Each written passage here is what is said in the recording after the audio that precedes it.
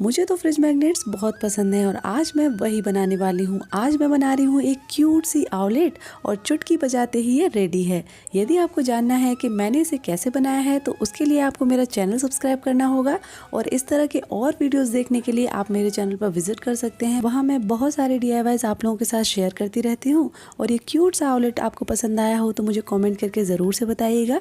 Video पसंद आया हो तो वीडियो को लाइक, शेयर और चैनल को सब्सक्राइब करना बिल्कुल मत भूलना। तो चलो फिर मिलते हैं नेक्स्ट वीडियो में। तब तक के लिए take care and bye bye.